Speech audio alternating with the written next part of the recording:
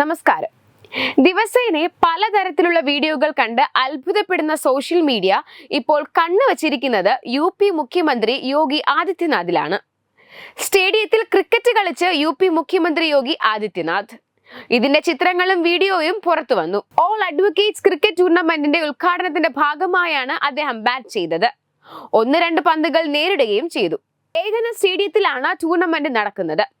വലം കയ്യൻ ബാറ്ററായ അദ്ദേഹം വളരെ ആസ്വദിച്ചാണ് ഓരോ പന്തും നേരിട്ടത്. 36ാം എഡിഷനാണ് UPL സംഘടിപ്പിക്കുന്നത്. ഒരു ടീം സ്പിരിറ്റോടെ വർക്ക് ചെയ്യാൻ നാം എല്ലാവരെയും പ്രചോദിപ്പിക്കുന്നത് സ്പോർട്സ് ആണ്. അത് പൊതുജീവിതത്തിലായാലും സ്വകാര്യ ജീവിതത്തിലായാലും ഒരു ടീമായി വർക്ക് ചെയ്യാനുള്ള ശേഷിയുണ്ടെങ്കിൽ വിജയത്തിനുള്ള സാധ്യത ഇരട്ടിയാകുമെന്ന് അദ്ദേഹം പറഞ്ഞു. കാവ്യ വസ്ത്രം അണിഞ്ഞ് പതിവ് പോലെയാണ് അദ്ദേഹം എത്തിയത്. വേദിയിൽ സംസാരിച്ചു കഴിഞ്ഞ ശേഷം ക്രിക്കറ്റ് കളിക്കാനായി സ്റ്റേഡിയത്തിന്റെ നടുക്കളത്തിലേക്ക് വരികയായിരുന്നു. ഓരോ തവണ ബാറ്റ് ചെയ്യുമ്പോഴും ചിരിക്കുന്ന യോഗിയുടെ ചിത്രങ്ങളും വൈറലാകുന്നുണ്ട്. അദ്ദേഹം ബാറ്റ് ചെയ്യുമ്പോൾ പുറകിൽ നിൽക്കുന്ന വിക്കറ്റ് കീപ്പർ കൈയടിക്കുന്നതും ദൃശ്യങ്ങളിൽ കാണാം. ക്രിക്കറ്റ് കളിക്കുന്ന മുഖ്യമന്ത്രിയുടെ ചിത്രങ്ങളും വീഡിയോകളും ഉത്തർപ്രദേശ് സർക്കാരിന്റെ ഔദ്യോഗിക X പേജിൽ പങ്കുവച്ചിട്ടുണ്ട്. കഴിഞ്ഞ ദിവസം ഞാൻ ലക്നൌവിൽ നടന്ന 36ാമത് അഖിലേന്ത്യ അഡ്വക്കേറ്റ് ക്രിക്കറ്റ് ടൂർണമെന്റിന്റെ ഉദ്ഘാടന ചടങ്ങിൽ പങ്കെടുത്തു.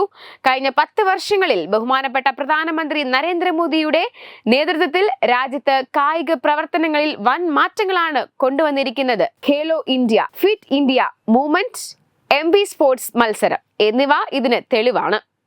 രാജ്യത്തുടനീളം മത്സരത്തിൽ പങ്കെടുക്കുന്ന എല്ലാ ടീമുകൾക്കും ഹൃദയം നിറഞ്ഞ അഭിനന്ദനങ്ങളും ആശംസകളുമെന്ന് യോഗി ആദിത്യനാഥ് Xൽ പങ്കുവച്ചു. ഇദ്ദേഹത്തിന്റെ ക്രിക്കറ്റ് കളിയും ഒപ്പം പറഞ്ഞ വാചകങ്ങളും ഇപ്പോൾ സോഷ്യൽ മീഡിയയിൽ വൈറലാണ്. നിരവധി പേരാണ് വീഡിയോയ്ക്ക് കമന്റുകളുമായി എത്തുന്നത്. മാത്രമല്ല പെട്ടെന്ന് തന്നെ ഈ വീഡിയോ ശ്രദ്ധിക്കപ്പെട്ടിട്ടുമുണ്ട്. അതേസമയം ഏറ്റവും പ്രായം കുറഞ്ഞ കളിക്കാരനായ കുശാഗ്ര അഗർവാളുമായി യോഗി ആദിത്യനാഥ് ചെസ് കളിക്കുന്ന ഒരു വീഡിയോയും ഈയിടെ സോഷ്യൽ മീഡിയയിൽ ശ്രദ്ധ നേടിയിരുന്നു. വെബ് ഡെസ്ക് തത്തുമൈ TV.